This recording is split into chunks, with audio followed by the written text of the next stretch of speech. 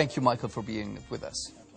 How would you define strategy? What is strategy in very simple terms? Well, in very simple terms, it's what's going to make a particular organization different and provide a competitive advantage.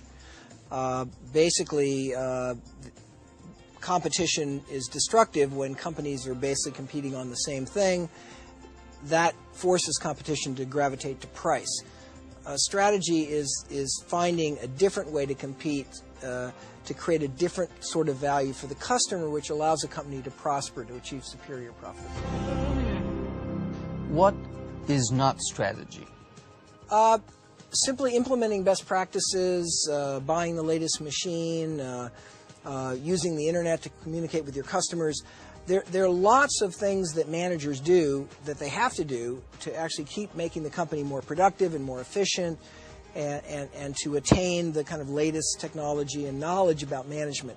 All those things are a necessity, but they're not strategy. Strategy is not about doing the same thing better.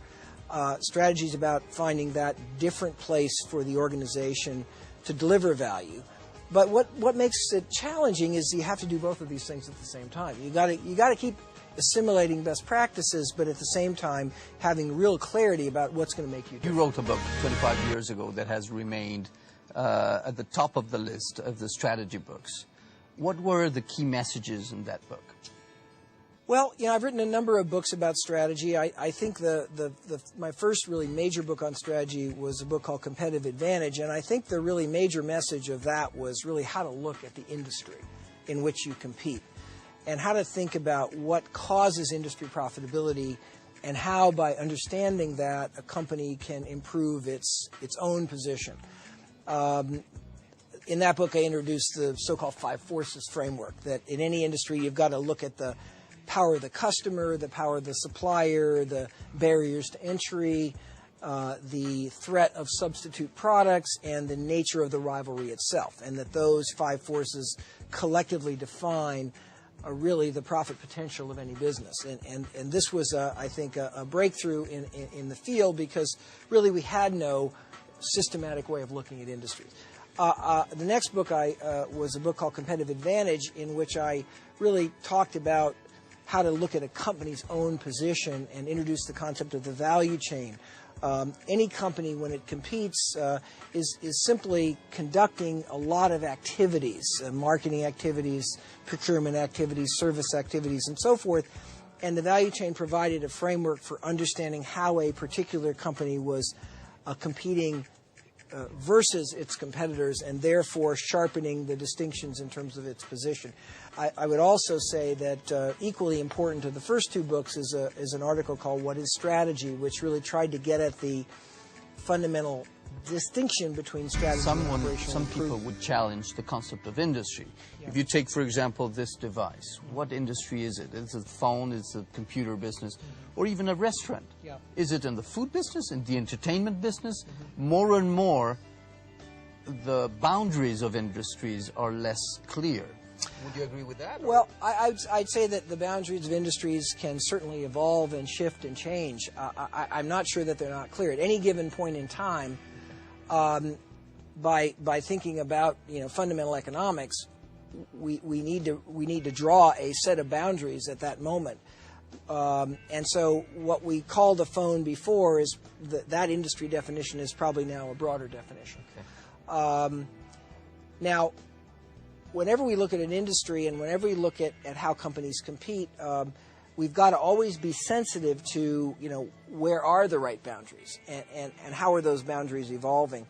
What I have found, for whatever it's worth, is that industry boundaries change less and more slowly than some authors would have us believe. Okay. Some authors would have us believe that every business is constantly restructuring itself every day, and there are some, and they tend to be concentrated in the technology space. You pulled out a BlackBerry, and I think that's a little bit of a sort of a loaded example, if you will.